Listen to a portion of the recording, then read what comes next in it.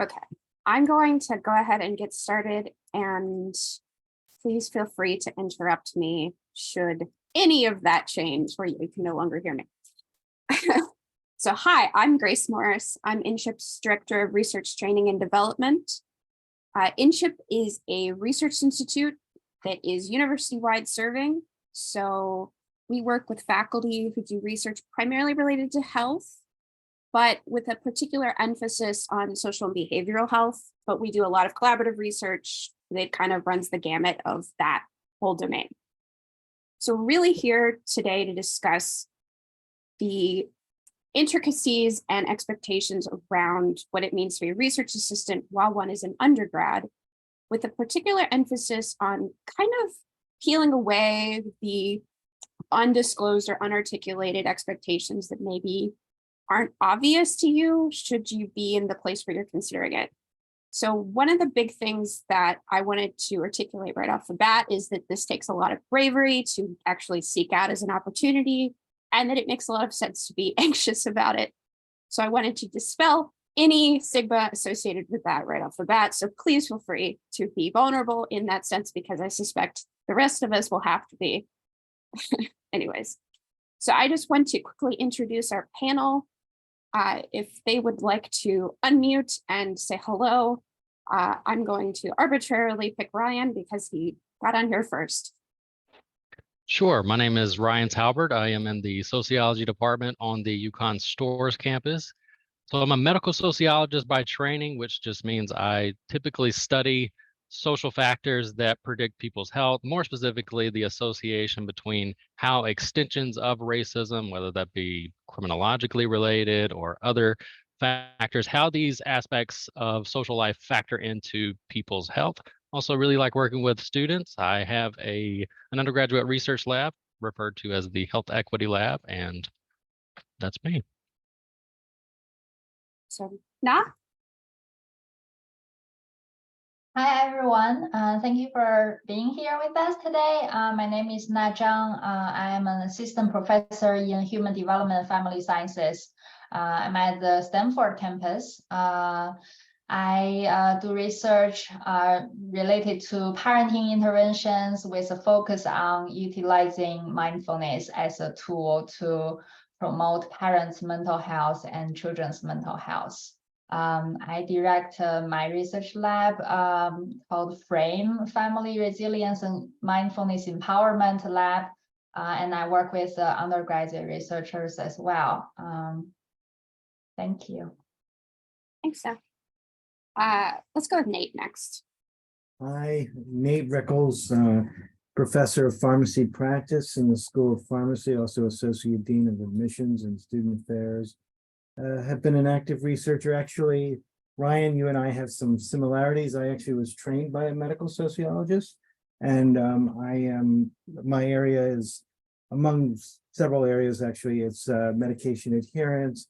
Also very much interested in looking at factors that are going to make pharmacists more successful at their interventions and things like that, and looking at patient outcomes of those interventions.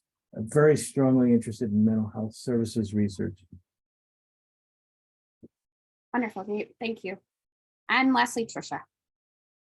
Hi, everybody. My name is Tricia Leahey. I'm interim director of InCHIP, co-director of the UConn Weight Management Research Group, and professor of allied health sciences. I'm a clinical health psychologist by training. Our research at the Weight Management Research Group focuses on obesity treatment in adults, and we have a particular emphasis on better treating obesity on individuals from underserved backgrounds. And we're also trying to crack the nut on weight loss and maintenance, so helping people maintain weight loss once they've lost it. And we do a lot of work in the area of digitally delivered interventions, whether it be web-based or app-based. Okay, so I think that kind of covers the introductions for all of us. I also want to make sure we introduce Grady Morales, who will help facilitate questions as they kind of pop up. So throughout this whole conversation, I really want to encourage you to put questions either in the chat or to raise your hand. Either way is totally fine. Just type in and Grady will call on you please interrupt me, Grady. I I will will. just talk. I will. Okay. So I think just to kind of get the conversation going, I think it's helpful to kind of discuss what is and isn't being a research assistant. So I think just to kind of get things going, what do researchers do? I'm posing this to the panel, and how do research assistants, particularly undergrad research assistants, I had this hard to say that many times, how do they fit into that process?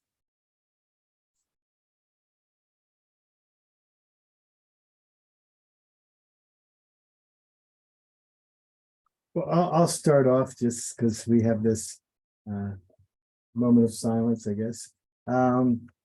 So essentially, researchers in general are usually tasked with trying to find an answer to a really, hopefully, interesting and important question. That's fundamentally what we're hoping to leave the universe with a little bit more information than and understanding than we began it. So that's fundamentally what we're after. We're doing this often in a very systematic way, typically with, as those on the call are familiar, hypotheses with some rigorous methods applied and involving implementation of the project and an evaluation of the project. So it's really development, implementation, and evaluation is sort of three main pieces of it. I think research assistants can really be valuable in each of those aspects. But keep in mind, one thing you are not expected to be is an expert. You're expected to learn and to be open to learning and to being professional in that experience. So those are some, I don't want to take from the other panelists, so I'll just stop there as a sort of get things going.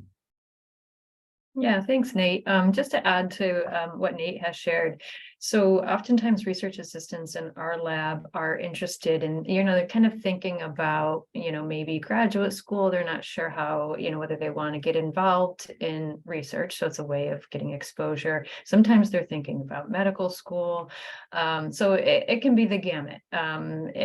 So I think one of the main things that we enjoy doing in our lab is all of our research is funded by the NIH.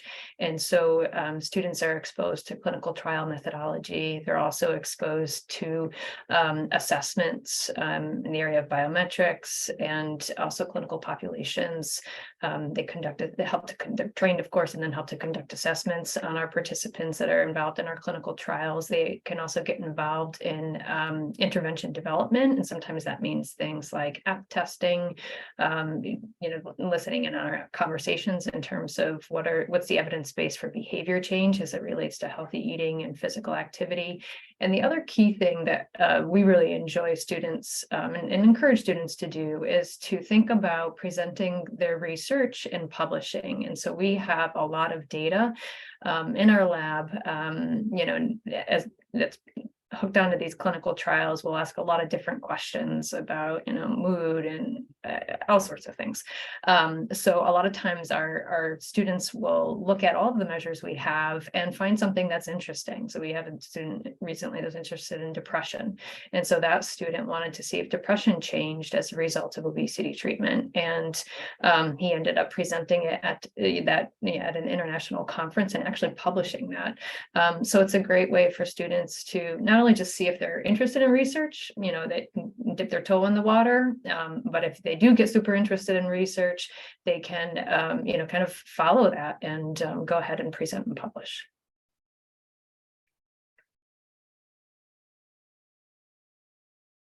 One other quick thing I wanted to add is many folks also find research as a pathway to a future in academia. So you could become, and maybe that's frightening, but you could become one of us.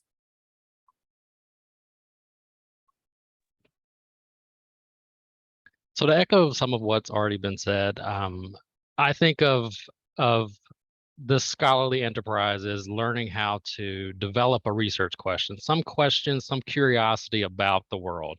It could come from you walking through campus. It could come from your upbringing, or maybe you read something interesting. And so the idea is to develop some sort of question about, let's say, what factors are associated with people's health. As an RA, it could be the case that you could develop your own research question and work with a faculty member on that. Or it could be that the faculty member has already developed a research question, and maybe you could help with data collection or conducting literature reviews. So this could look as simple as scouring Google Scholar to find existing studies on some particular topic, or it could be as sophisticated as learning the norms of a given discipline. In other words, what's commonly what's common about, let's say, sociology versus pharmacy or another field. And to echo sort of what Tricia also pointed out, research is an opportunity to gain experience writing, critical thinking, also presenting. So often, let's say researchers that work with me, undergraduates, they're presenting at Frontiers, for instance, which is the poster exhibition on, I think, all UConn campuses. Also presentation opportunities at national or regional conferences. This would be an opportunity for you to make connections that might benefit you for the rest of your career, or just have a good time presenting some fascinating study that you have. I agree with what everyone said. And I like the question, what our research assistant is not about. And I feel like if you become a research assistant, it's important to shift your mentality from a student to a research assistant. And the difference in that, I think one of the major differences is that you're not, for example, going to lab meetings is not like going to attend a class. Nobody will, design a system, a very systematic way to teach you the whole process of the research, but it's more like you learn it as you do things. And a lot of it is really iterative. Sometimes you have to go back to the beginning to start over, and because you discover some problems later on. So it's really important to know that research takes a lot of persistence, and it's often not a one-time task. Yeah, I'm there. Thank you. So this came up a couple times throughout what everyone was saying, but obviously a key motivator for getting and gaining research experience is applying for graduate school and being competitive in that process. So kind of drawing from that general topic, does it matter, or how much does it matter for you to gain research experience within the field you're pursuing? In theory, you're going to apply to graduate school for. Does any research experience work, and does it need to be the thing you plan on doing forever? I'll jump in just with a quick thought about that. So part of my role as associate dean is I chair the awards committee. And I have to tell you that when students have done research in bench work or any kind of research, even doing a lit review or systematic analysis or meta-analysis or whatever they've done, I think that's a plus. I really do, because you just learn something about it. And even if you decide you want to become a social scientist or whatever you want to do, I think having that foundation sense of inquiry and the scientific process, I think it's great, and it really sets up for a stronger future. Yeah, I agree with Nate's comment. I also want to just note too that even if you don't know if you want to go to grad school, or you're not sure about this whole grad school, med school thing, and it's all kind of daunting, research is a way, just getting involved in a lab is just a way of seeing how it feels. And, you don't have to have this grand plan. You could do it for a semester or two. Sometimes labs have varying commitments, and just see. So I don't want to scare anybody away from research that you have to be on this certain track either. But in terms of grad school, I think it's a great question, Grace. I think I think it's good if you can try to obviously get involved in research at all. And then, you know, if you find that it's something you're interested in, maybe you do want to go to grad school in a certain area, if you could at least kind of get in the general area, I think that's helpful. You know, so they mentioned I'm a clinical psychologist. When I was an undergraduate, I got involved in PTSD research. Obviously it has nothing to do with obesity, but you know, kind of the methods often are the same. So I would just encourage you, if you do decide you want to go down that road, and maybe get a little bit closer to what you're thinking of doing as you know, navigate your journey through research. And figure out what you like and you don't like, but it's totally reasonable to not sure what you want, what you want as an undergrad, and to just try things. That's one of the great things I think about being an undergrad.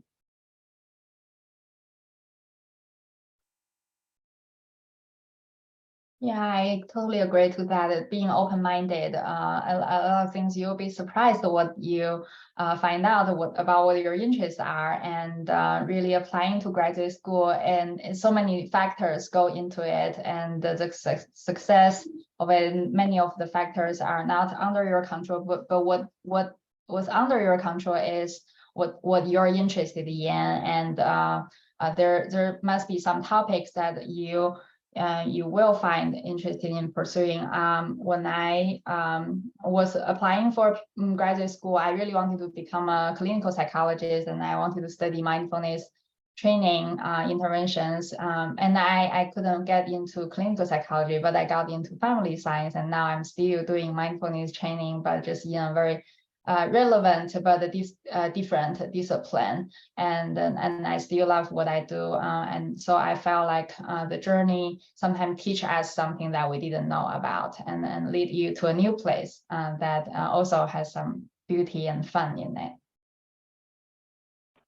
And I'll also echo everything that's been said, and also state that it could be the case that if you potentially, let's say, end up in a lab that's not necessarily associated with the future that you would ideally have, it could be that you're expanding your knowledge of a particular area. So let's say, for instance, if you study something related to health, and maybe you're in a sociology lab, maybe that experience sort of opens your eyes to, let's say, social factors that factor into a person's health versus physiological or biological or chemical factors that also factor into people's health. Wonderful. And I will just say as an aside, I have a master's in sociology, but I worked in a paleoethnobotany lab in undergrad, and it definitely helped me get into graduate school, just as an aside. Okay, so I wanted to shift gears a little bit into the more practical. So one element of this, and I think this kind of comes from what we're talking about, which is research is increasingly very interdisciplinary. So the people doing it are coming from all these different disciplines. And the likelihood is that even if you do have a faculty member that you're like, yeah, I really want to work with them, they're probably working with someone else who is outside of their discipline, just from pragmatics or intentional, like theoretical underpinnings. So part of what I wanted to make sure everyone was aware of is UConn does have a tool that you can use to help find faculty based upon their area of interest. So I wanted to highlight Linkus. I'm going to share all of these like links and stuff like this with the group later on. But so the website is linkus.uconn.edu. I'm going to quickly show you what that looks like, just so that, oh, thank you, Grady. Just so that you understand what I'm talking about. I used the example of mental health as search term. As you see, pretty much this is all of the people at UConn working within this space. If you click on any of these individuals, in this context, it's Lisa Eaton, you can then look and see, okay, here's some specific examples of people working in this area. So it's a really helpful tool as you're starting to explore, okay, who is it that I might want to work with, especially if you have the intention of cold emailing someone, which we're going to jump into soon.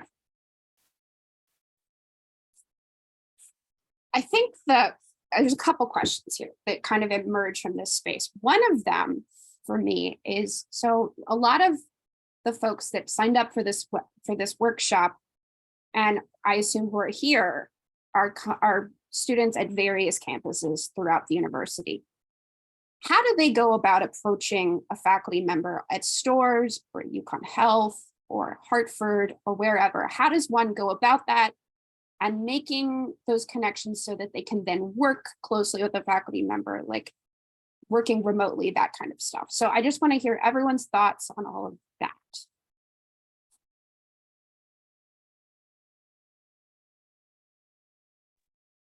I'm happy to jump in here.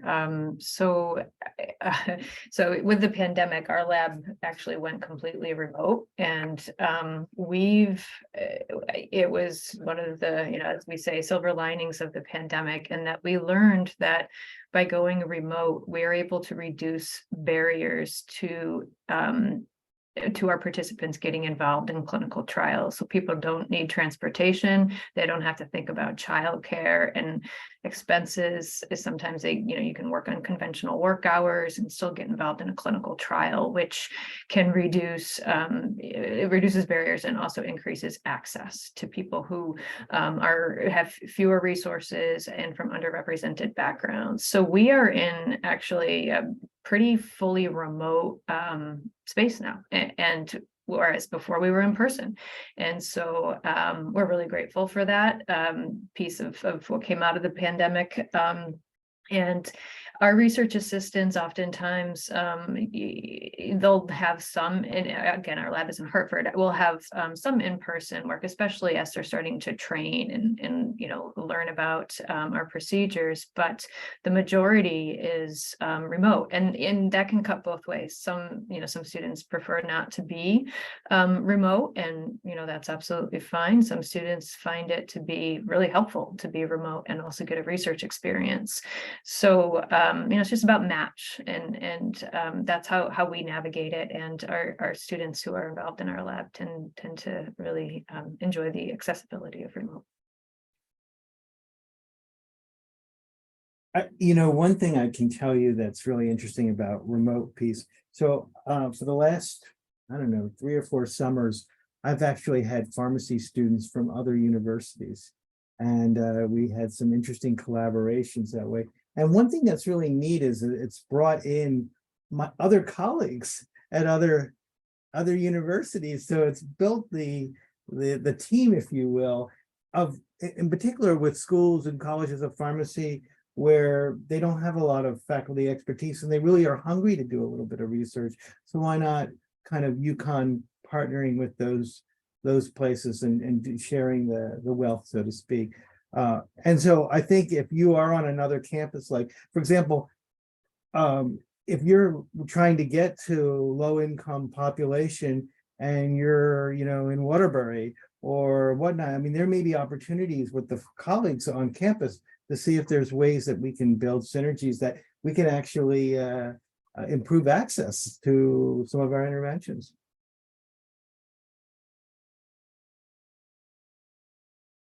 And I'll also say that it's likely the case that there are faculty members that on your campus specifically that are doing research, perhaps in an area that might be of interest to you.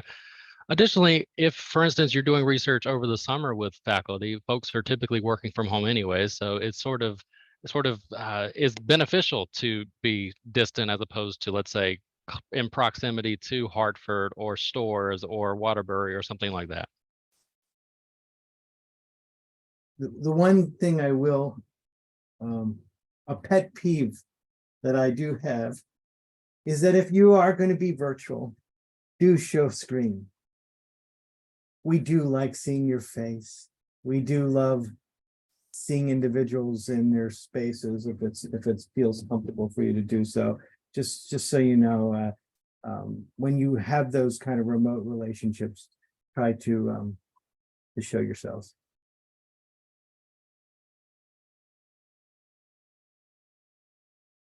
I've had some remote undergrad RA over a year ago, and in that semester with the 2 remote, it didn't work out for me.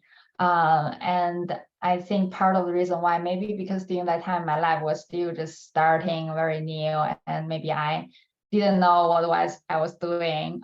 So later I now just focus on recruiting undergraduate RA in my own campus in Stanford, and I personally like the in-person, and I agree with all the, accessibility and for especially when students don't have time to travel to be in person. But whenever I can, I like to have a sort of an in-person group, and I feel like it works out great for undergraduate student, because actually my graduate student is remote in stores, but with my undergrad RA, I feel like they really appreciate the hands-on and the personal touch. And I'm actually getting email from students who are not at UConn, they're in other university, but they live in Stanford. And I don't know how they found out about me, and they're reaching out to me and said they're gonna be home in the summer and would like to have a summer RA experience. And I thought that's wonderful. So maybe it doesn't have to be the same university, but maybe just, over a summer where you live, you can find some opportunities too. Great, thank you. I kind of on a related note, just to kind of dispel some of the, I think that sometimes being a research assistant can be this like formal job where you are paid by the university to do XYZ. And sometimes it's kind of in a more volunteerism kind of thing. And I could see the expectations around those things being quite different. And I guess I'm just wondering if we could talk about, one, what are the differences between paid and unpaid research assistants and the expectations there? But also, I think there's a conversation that might be worth having around time commitment and, lab meetings, and sort of like, what does a week to week look like for an undergraduate research assistant? And what levels of commitment should students be making?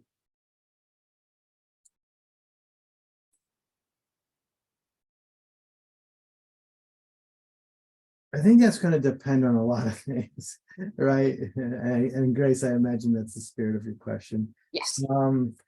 I'll just get it started, and then my colleagues can add in. But essentially, some of it will depend if it is financial, meaning that you're getting compensated. Clearly, there's an arrangement there whereby for X number of hours you're to be doing X amount of work. So there would be that expectation. If you're not getting paid, often you're getting credit. And again, there's a negotiation there around, well, like I just had this question come up earlier this week where I'm doing an independent study. And the question was, well, how many credits can I apply for? Well, I said, well, and then I said this loosely, I said, well, if you're going to put only 5 hours a week into it, you're talking 1 credit kind of thing. But if you're looking at, let's say, 5 to 10 hours, maybe we're talking more towards 2 credits. And then if you're getting above that, you're talking about 3, so forth. So I do think that there are some, different expectations for in terms of either credit or financially. Remember, the more you put into it, the more you'll get out of it. So always remember that. So if you really want to move towards a publication and you want to move towards that, clearly the more time you put into it will really, that will be critical. Yeah, and just to build on what Nate shared, in terms of our research assistants, I think almost all of them, with except for some summer pay, maybe, have been for credit. And oftentimes, what we do is we meet with a research assistant prior to the semester semesters that they hope to get involved in the lab, and we'll kind of talk about schedules and both the lab schedules. So the hope is that they can attend our team meetings and be exposed to all those conversations, and identify when they'll be committed to the lab, how many hours, and when we can expect them to be involved. And so they have a regular schedule with us, and during those hours they'll of course get training initially, and then they'll get involved in a variety of different things. Sometimes, like I mentioned, they have participant contact. We'll do some assessments. Sometimes they'll do data quality, sometimes we've had, research assistants who have really moved through and been really interested in the work that we're doing and want to get more involved with participants, and we've let them help out with intervention aspects. So it just depends on the student, but in terms of day to day and week to week, that's kind of what it looks like in our group. I just wanted to add that if you're working with external collaborators, meaning that, like, let's say I sent some students out in a project where they were actually out in the community and they were expected to be present in health districts and health departments, then you need to be clear with the people there when you're going to be there, what the expectation is, because sometimes you not showing up means that they need to get someone else to do that particular role. So some opportunities it's really important to have that open communication about, okay, when do I need to be there and so forth, because if they have a fair going on in the community or they have something and you don't show up, they may not be able to table that event. And I'll just repeat kind of what's already been said, such that I think the most important thing here is communication, conversation with the person you're working with or hope to work with. I think with few exceptions, and I'm not thinking of any at the moment, you are compensated for the work that you will do, whether that be monetarily, whether it be course credit, whether it be publications, other types of ways that you could be compensated. The point being that you're not ideally doing free labor. In other words, you're gaining something as well as the faculty member gaining something. When it comes to sort of a routine or a schedule, generally, like folks in my lab, at least we're meeting weekly, sort of regular check-ins. If not meeting, then perhaps maintaining regular communication via email just to check in and make sure that some task is going well or the like.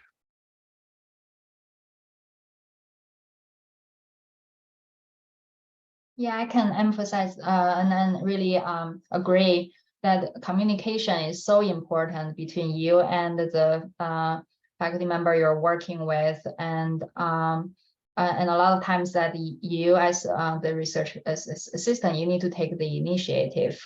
And I think faculty, and I personally really appreciate when my RA communicate with me about their progress, their goal, and any changes in their schedule. And so I think that is just I cannot emphasize enough. Perfect.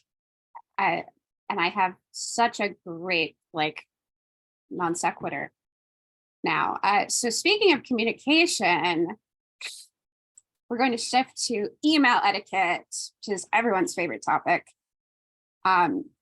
So obviously, the majority of us communicate via email. I guess the best question to start with is email the best way to initiate an interaction with a faculty member should you be interested in being their research assistant? That's part one of my question. But the other part is, prior to connecting with a faculty member, how much should you really be familiar with their research before approaching them?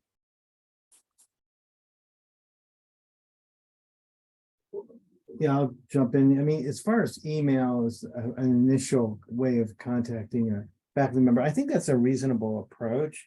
I mean, it's not always going to be possible to see them in class, or you might be interested in someone way across campus or on a different campus. So that obviously is not a bad way to initiate it, but it's clearly being professional and knowing something about their research is really helpful. It gets the faculty member to feel like the student knows a little bit about what they're getting into, so to speak. So I think that's important. Of course, in terms of etiquette, I teach communication, so it's something I do care a little bit about. So saying, "Hey, dude," yeah, not the way to start it off. Or "Hey there," it's like, "Hi, Professor Morales," or so forth, or something that it just shows some respect would be a good place to start. And being clear and say, hey, I'd like an opportunity to talk more with you. Do you have some time, and so forth. But keeping it short, brief, and focused and professional. Yeah, I have nothing to add.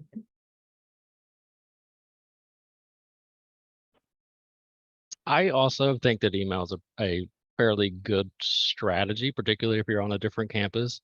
I echo the professionalism, that's important. And I had a third point that I'm going to have to send to Na. Yeah, I think to send an email to start to express your interest, that's a good approach, and it would be helpful to maybe attach your resume or CV, and even on an official transcript, so that the faculty can see what courses you have taken, background knowledge you have, definitely, if you can do a little bit research about what the faculty member is doing, that way you make sure that you will enjoy their projects, but also you will be able to speak about why you want to join their lab to work with them. And I always appreciate when students have some internal motivation and their own interest, because we know, research is hard, and it's that interest that keeps you going. Later when you start working together, definitely the professionalism, and also if there are some issues that really require conversation, don't send them in email. Like if you send really long email listing all the small questions, I don't think faculty member really have the time, because a lot of it really require back and forth communication. So try to differentiate what things can, you can get an easy response in email from the faculty member, and other more complicated issues, maybe try to schedule a meeting with them. So I do just want to add that third point that I have now thought of, and that is sort of exactly what Na said, such that it's probably important to at least read the faculty member's bio blurb, such that you have some familiarity with what it is that they do, such that you don't necessarily email the molecular biologist to do sociological research and vice versa. Sounds good. Thank you. I will mention this just because I think it's a practical reality.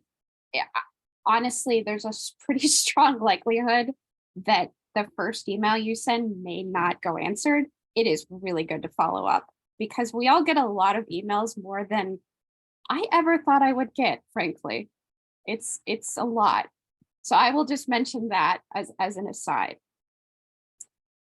So I think that this kind of goes to a lot of the heart of what we're getting at, which is a couple of things. One is, I'm noticing that a lot of this conversation is kind of skirting around a professional decorum in and around academia, which I think is a really funny place to work, having done so my entire professional life, because it is either extremely hierarchical and formal, or absolutely the opposite. And so I'm wondering if we could kind of go into, as someone entering into this space, what are the recommendations that the panel has to approach, managing this role? Because you are shifting from being a student who has an explicit spongy role in the classroom to someone who then has to do stuff on someone's behalf. So how do you go about that? I would just say best practice would be to always assume formality first. You don't want to go the other way. It will be a point of discomfort for you and the faculty member. If you do work closely with that person over time, they may say, "Oh yeah, you can, call me this or call me that." And it also depends on the culture of the unit that you're in. Pharmacy is a very conservative culture at times. there's, doctor this and that. Whereas I'm actually a very informal person. I'd be fine if students, all they called me all day long is Nate, because that's who I am. I didn't go into all of this for the degree. I went into to interact with people. But the culture here is if the dean found out that students were calling me my first name and I allowed it, he'd say, Nate, you're not teaching them professionalism. So it really does depend on the culture and what you have to support. So just keep that in mind as you go forward.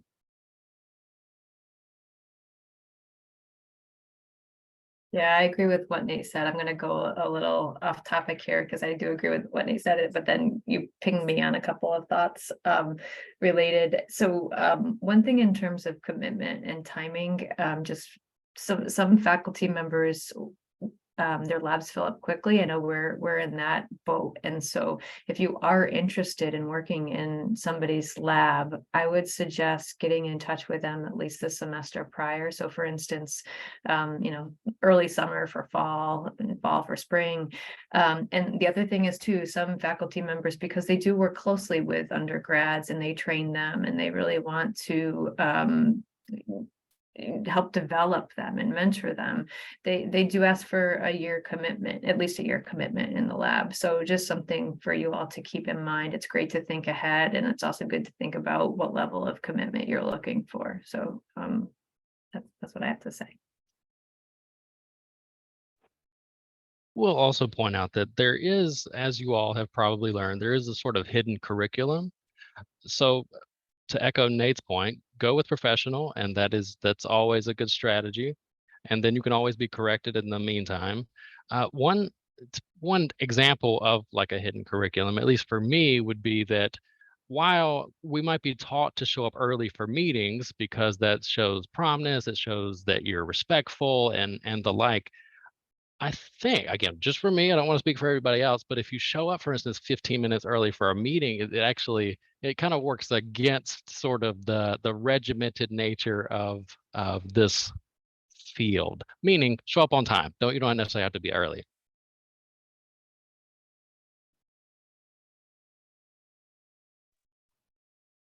All right, we have a question in the chat.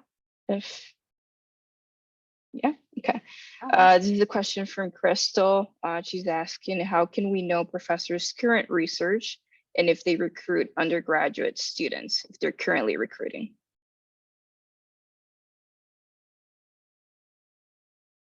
Well, I mean, most of us have some information on the website about our research.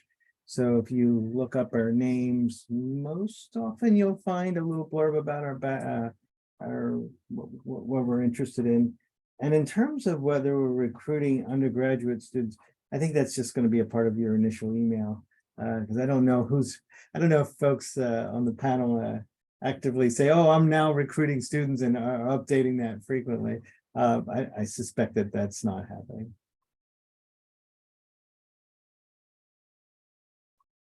Yeah, and I think, Grace and Grady shared a great resource in Linkus. I think that's a possibility. So to hop on there might be good.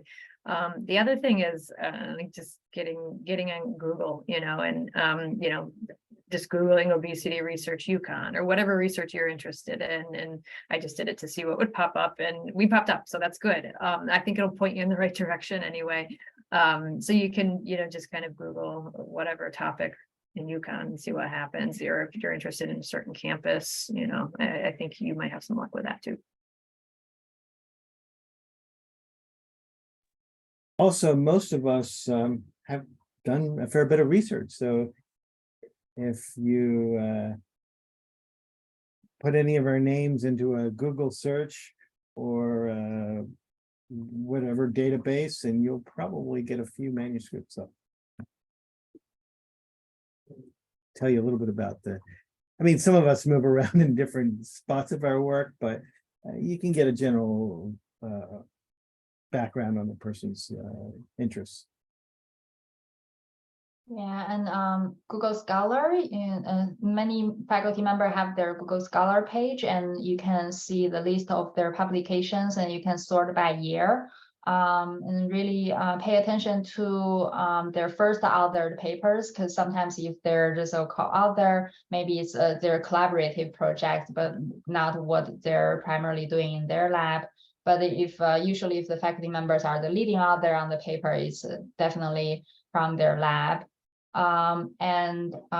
There's if you want to work with a professor who may have an NIH grant, you can go to the NIH reporter, search their name, and then you'll get their grant information. And if their lab has a grant active, then definitely that's some of their current projects. I just want to chime in and say on NIH Reporter, you can also search by institution. So if you were interested in a broad topic, you could do a key term search and then filter it to just UConn. And that'll also pull a bunch of people too.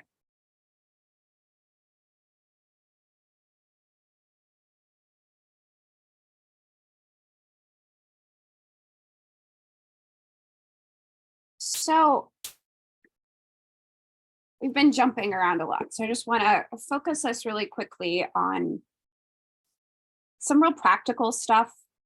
One is prior to approaching a faculty member about being a research assistant, are there classes or some kind of trainings that you should be thinking about engaging in that might be helpful or make you more appealing as a research assistant?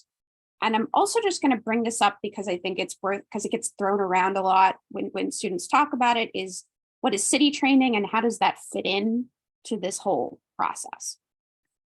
I'm glad, Grace, you brought up city training, because that's where I start typically all my students. Just because I don't know, we may dabble into projects that do go through IRB review and so forth. And generally, it's such a foundational set of modules. And I always tell students, it's great to have it on your resume that you got this certificate in human subjects training. It's good for 3 years, so it helps you during the lifetime of your time at UConn.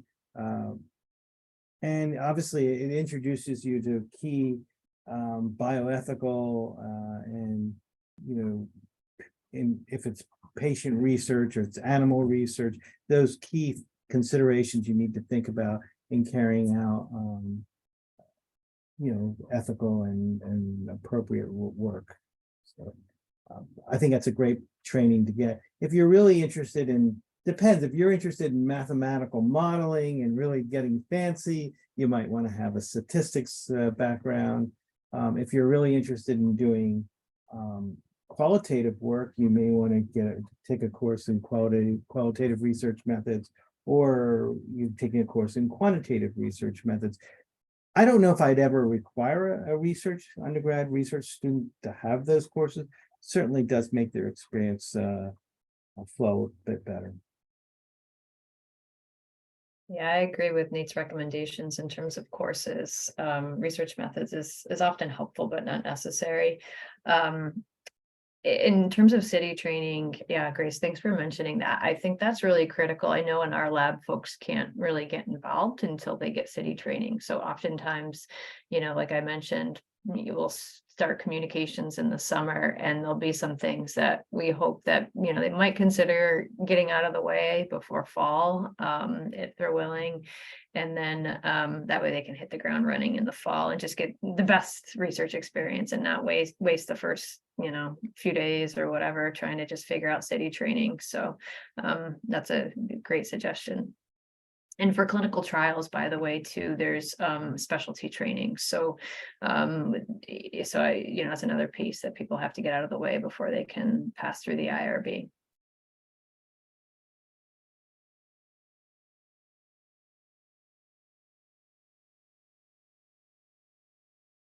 I will just mention, just because I want to make sure it's really clear. So city training provides a general overview of research ethics and training around when you work directly with human subjects or with data associated with human subjects, so that you're not disclosing or harming them. It's a lot of, it's really standardized across the fields, and depending upon the project you're involved in, you may have to take multiple modules, and and actually Grady can speak to this because I just had her do it. It's not the most time consuming thing. And actually I found that since the first time I took it, it's quite a bit, it's interesting actually to see like the history of how research has worked over time. It's kind of cool. Okay, so I'm going to ask one more question and then I kind of want to open it up to anything else anyone has to say after that. But so as an undergrad research assistant, and I think as an undergrad in general, you're really carrying a lot of different hats. Often people are navigating being on their own for the first time. They're probably working, they are trying to be a good student and not mess up. Does anyone have any advice on how to navigate all these multiple roles and time expectations and essentially doing one's best? Like, are there any practical pieces of advice anyone has?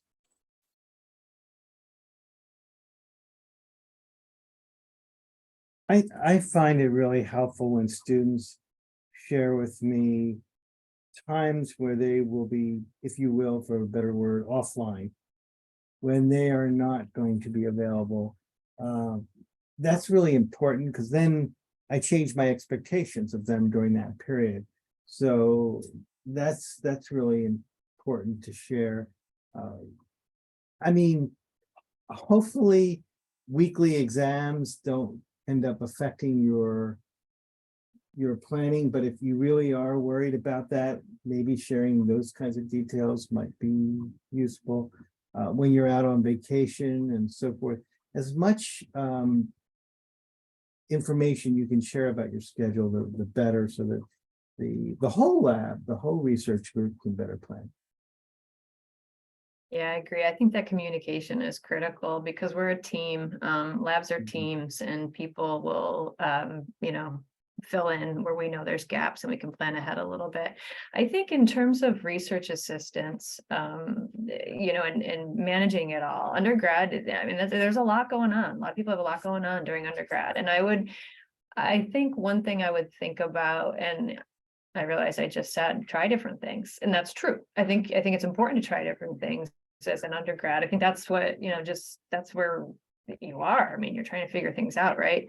And I'm going to be quick because I see questions coming in, but I do think prioritizing. So, maybe you want to try, I don't know, Frisbee or I don't know, whatever. Maybe, like figuring out what's really important to you.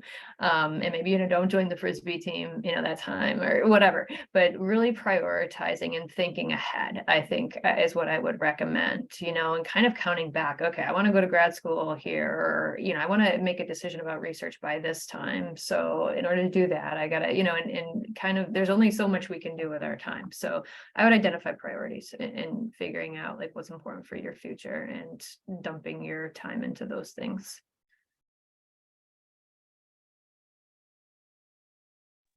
I would echo that and also say that, well, again, I'm going to repeat what Tricia said, such that communication remains exceedingly important. And I think that's a theme of this conversation. As Nate said, being able to say, I'm not going to be unavailable this week, but I'll be available the next week. That's also important. And sort of knowing your limitations such that we all have 24 hours in a day. Perhaps if you're taking 20 or so credits a semester, maybe you push research off for another semester or something like that. Yes, I agree. And especially many students, they, in addition to their course load, they also have a job. And so sometimes it really doesn't work out if we want to do it all, because we already mentioned that the more you put into it, the more you get out of it. So if you can only put just like 1 or 2 hours per week, I'm not sure like how much skills or knowledge you're getting from the experience. So plan your time ahead, and really it would be nice if you can have some concentrated time to invest into this. And many undergraduate students, they try to apply for graduate school and they have a gap year after graduation, and they may be hired as say research lab coordinator or part-time project manager. And I think that's a wonderful way to after you finish all your courses and you put into sometimes to sometimes get a publication out of it. And I've sent my undergraduate RA to some sort of webinars about how to apply for graduate school, and some faculty members they actually prefer their applicants who have such experiences. We have a couple of questions from the chat. First question from April. When is it a good time to get involved in research? As in which year of college do you suggest? I mean, that's a great question. And I don't know if there's any necessarily wrong answer, except to say that your freshman year is such a time of change. You know, you're away from mom and dad, and you're away from all of the comforts. Starting research then, I think, is a bit ambitious. But you can still do so. And I have had freshmen working with me. However, once you're in your sophomore year, I think you're beginning to get a little bit sense of yourself and where you are in the community and so forth. So it may be, because what's really nice is if you can see a trajectory during your time at UConn, because maybe the first year it's a little bit of this and a little bit of that and whatnot. Then you get into your junior year and you're sort of, by the time you're in your senior, you really have a decent project. You've really, maybe it's the same project, maybe you've grown into a more advanced set of work. So anyway, it's just something to think about. It's nice to see that trajectory while you're at UConn. Yeah, I would agree. And kind of going back to my theme of planning, you know, some semesters are crazier than others. So you want to have a good research experience, and you also want to think about making a good impression on that faculty member, because that faculty member could be a great recommendation for you for whatever you choose to do next. So, you know, you don't want to, you want to make sure it's a good experience all the way around. So plan ahead, and I wouldn't throw research, you know, in a busy semester. The other thing I think too is thinking about, you know, if you find that you're at UConn and you're thinking about grad school, well, when are the applications due? You know, oftentimes they're due in like December of your senior year if you're going to go straight to grad school and not take a gap year. So being strategic and thoughtful about that. So that means I probably need to get a good, like, get going in research like sophomore year and junior year, and you know, so really kind of think ahead is my you know, word of advice. Yeah, and just to add to that, one thing I forgot to mention, the planning, that you're so right, because like, let's say you talk about my work. Well, some semesters I'm working more developmentally and I need a lit review. Other semesters, I got a clinical trial that I have to run, and that's a whole different set of skills. And if you say, well, hey, Rickles, you know, I'm really interested in the clinical trials, but oh, well, then maybe we need to start at this point, you know, so because research is not all of a sudden you're developing, all of a sudden you're implementing, all of a sudden you're just evaluating, because different projects go through different phases all the time. And where that investigator is at a, you know, it will be contingent on the development of the project. I'm gonna jump in because I know we have another question, and then we're just about out of time. Yeah. The last question is, would it be ideal to take the initiative to ask to meet with a faculty member to go over the expectations before the position start date?